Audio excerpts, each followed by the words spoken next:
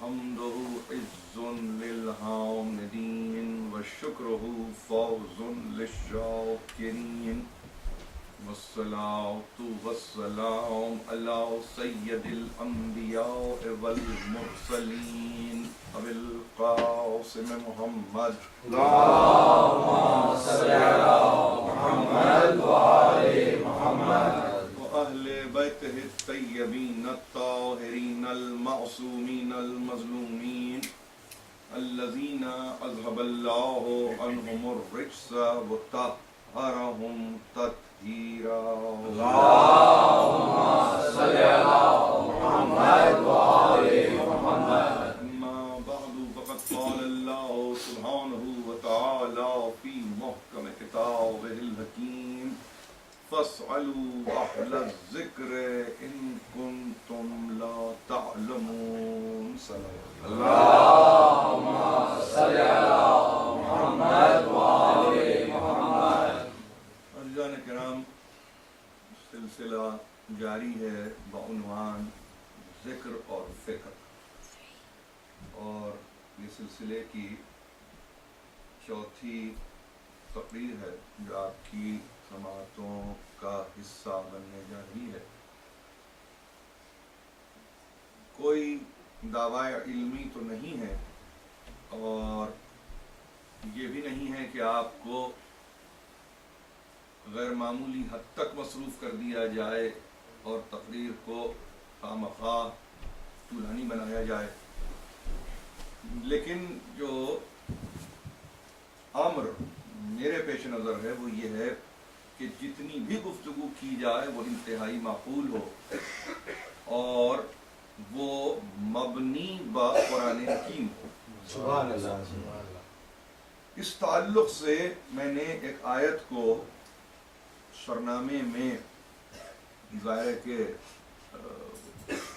اپنے لیے ایک شرف کی صورت کے طور پر برقرار رکھا کہ یہاں اس کی تلاوت کی ہے، اور حوالہ میں نے دیا ہے اپنی اولین تقاریر میں یہ کہہ کر یہ سورہ مبارک نحل یہ 16واں سورہ ہے اور یہ اسی کی ایک آیت کا حصہ ہے جو آپ کی خدمت میں پیش کیا گیا.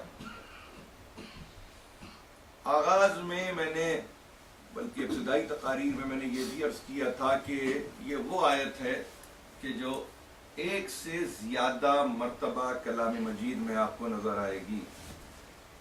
پھر میں نے یہ بھی عرض کیا تھا آپ سے کہ جہاں آیتوں کی تکرار ہو جائے وہاں پر اس کی اہمیت دو چند ہو جاتی ہے، اور اس اہمیت کو درک کوئی عام شخص نہیں کر سکتا جب تک کہ وہ عالم قرآن نہ ہو.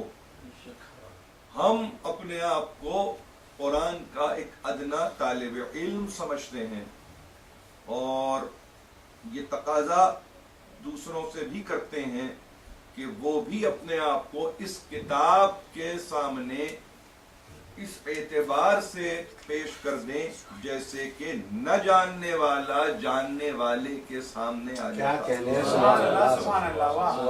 اور ایسی صورت میں ظاہر ہے کہ اعتراف جہل حقیقت میں علامت علم بن جائے. ہمارے لیے بہرحال یہ وہ منازل ہیں، یہ وہ مراتب ہیں کہ ہمیں تاکید ہی اس امر کی گئی ہے کہ یوں زندگی گزارنا ہے. 2 مرتبہ ایک آیت کا قرآن میں آ جانا اور اس کے معارف اس کے مطالب کو بیان کرنا کوئی معمولی بات نہیں ہے. میں نے عرض کیا ہے سورہ نحل سے تو پڑھ رہا تھا، اور ایک سورہ ہے سورہ انبیاء، اس میں بھی اس آیت کو آپ ملاحظہ فرمائیں گے. آج اپنے سننے والوں کی خدمت میں صرف یہ کہوں کہ قرآن کی اگر آپ کے پاس کوئی نزولی تاریخ ہے اور اس نزولی تاریخ میں کوئی ترتیب نزول ہے اور اس ترتیب نزول میں سوروں کی کوئی ترتیب ہے تو آپ یہ محسوس کریں گے کہ سورہ نحل مکی سورہ ہے اور اس کے نشان کو، اس کے مقام کو جلال الدین سیوطی نے اتقان میں، جہاں انہوں نے باقاعدہ ریسرچ کی ہے، اور میں نے اپنی کسی مجلس میں یہاں ٹورانٹو میں اس پر بڑی ہی میں نے تفصیلی بحث بھی کی ہے، اور یہ کہا ہے کہ جمہور مسلمین کا اتفاق ہے کہ جو ترتیب، جس طرح سے ترتیب کا تذکرہ سیوطی نے کیا ہے، وہ یوں سمجھ لیجئے کہ بین المسلمین اس پر ایک اجماع ہے۔ یہ تو تاریخی اس کی ایک حیثیت ہو گئی۔ اس کے ساتھ ساتھ جو امر قابل تذکرہ ہے وہ یہ کہ نحل اس کا نشان قرار دیا ہے سیوطی نے 70 یعنی 70th chapter according to revelation. اب مکی صورتوں کی تعداد 86 ہے، نشان اس کا ہے 70th۔ اس کا کیا مطلب ہوا؟ اس کا مطلب ایک ہوا کہ یہ اواخر زمانے زندگی در مکہ، اس میں آنے والا یہ سورہ ہے۔ جو دوسرا مقام ہے اس آیت کے تعلق سے وہ بھی یاد رکھیے، وہ ہے سورہ مبارک انبیاء کلام مجید کا۔ یوں تو 21واں سورہ ہے، مگر ترتیب نزول میں اس کا نشان ہے 73rd۔ اس کا کیا مطلب ہوا؟ اس کا مطلب یہ ہوا کہ نزولی ترتیب میں پہلے نحل آیا، اس کے بعد 3 سوروں کے بعد یہ سورہ انبیاء آ گیا، اور یہ وہ 2 سورے ہیں جہاں پر یہ فکر، یہ ذکر اپنے مقام پر رکھ دی گئی ہے۔ اور پھر کہنے والوں نے یہ کہا، اس کے سیاق و سباق کو دیکھ کر کیا کہا؟ یہی کہا کہ موضوع سخن یہ ہے وَمَا أَرْسَلْنَا مِن قَبْلِكَ إِلَّا رِجَالًا نُوحِي إِلَيْهِمْ فَاسْأَلُوا أَهْلَ الذِّكْرِ إِن كُنتُمْ لَا تَعْلَمُونَ بِالْبَيِّنَاتِ وَالزُّبُرِ۔ یہاں پہ آنے کے بعد آپ کو ایک رموز اوقاف میں ایک علامت ملے گی جو ہے توئے، جس کو تا کہیں گے عربی میں، اور وہ علامت کا مطلب یہ وقف مطلق ہے، یہاں پہ آ کے آپ کو رکنا ہے۔ سانس آپ پہلے لیں گے تو ظاہر ہے کہ پیچھے سے ملا کے پڑھیں گے، لیکن اگر آپ کی سانس آپ کو اس قابل چھوڑتی ہے اور اس قابل رکھتی ہے تو یہ وقف مطلق پہ جا کے آپ کو رک جانا ہے، اور اس کے بعد پھر سلسلہ آگے بڑھتا ہے۔ کیا ہے؟ وَأَنزَلْنَا إِلَيْكَ الذِّكْرَ لِتُبَيِّنَ لِلنَّاسِ مَا نُزِّلَ إِلَيْهِمْ وَلَعَلَّهُمْ يَتَفَكَّرُونَ۔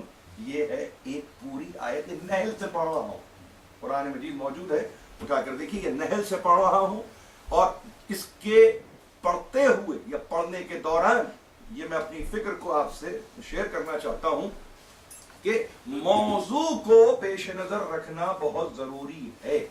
یعنی کیا کہا؟ ترجمہ کیا ہے اس کا؟ اس کا ترجمہ یہ ہے کہ ہم نے تم سے پہلے نہیں ارسال کیے، نہیں بھیجے، مگر رجال کو جن کی طرف ہم اشارہ کر دیا کرتے تھے، جسے آپ کو عقیدے میں جان لینا چاہیے کہ اس اشارے کو جو اللہ کی جانب سے اس کے بندہ خاص تک پہنچتا ہے اسے وحی کہتے ہیں۔ یہ اشارہ ہم نے کیا ہے بندگان کی طرف، ہم نے کیا ہے پیمبران کی طرف، ہم نے کیا ہے کس کی طرف؟ رجال کی طرف، ہم نے کیا ہے مردان خدا کی طرف، اور پھر اس کے ساتھ ساتھ ملحق ہے معانی فَاسْأَلُوا أَهْلَ الذِّكْرِ إِن كُنتُمْ لَا تَعْلَمُونَ۔ پوچھو اہل ذکر سے اگر تمہیں علم نہیں ہے کہ وہ آئے ہیں بالبینات والزبر، وہ روشن صریح معجزوں کے ساتھ آئے ہیں، کتابوں کو لائے ہیں، اور پھر یہ کہا اس وقف مطلق کے نشان کے بعد کہ ہم نے تم تک ذکر کو پہنچایا ہے۔ ظاہر ہے کہ نازل کیا تو ذکر تم تک پہنچا، کیوں؟ تاکہ تم انسانوں میں اسے کھول کر بیان کر دو کہ ان تک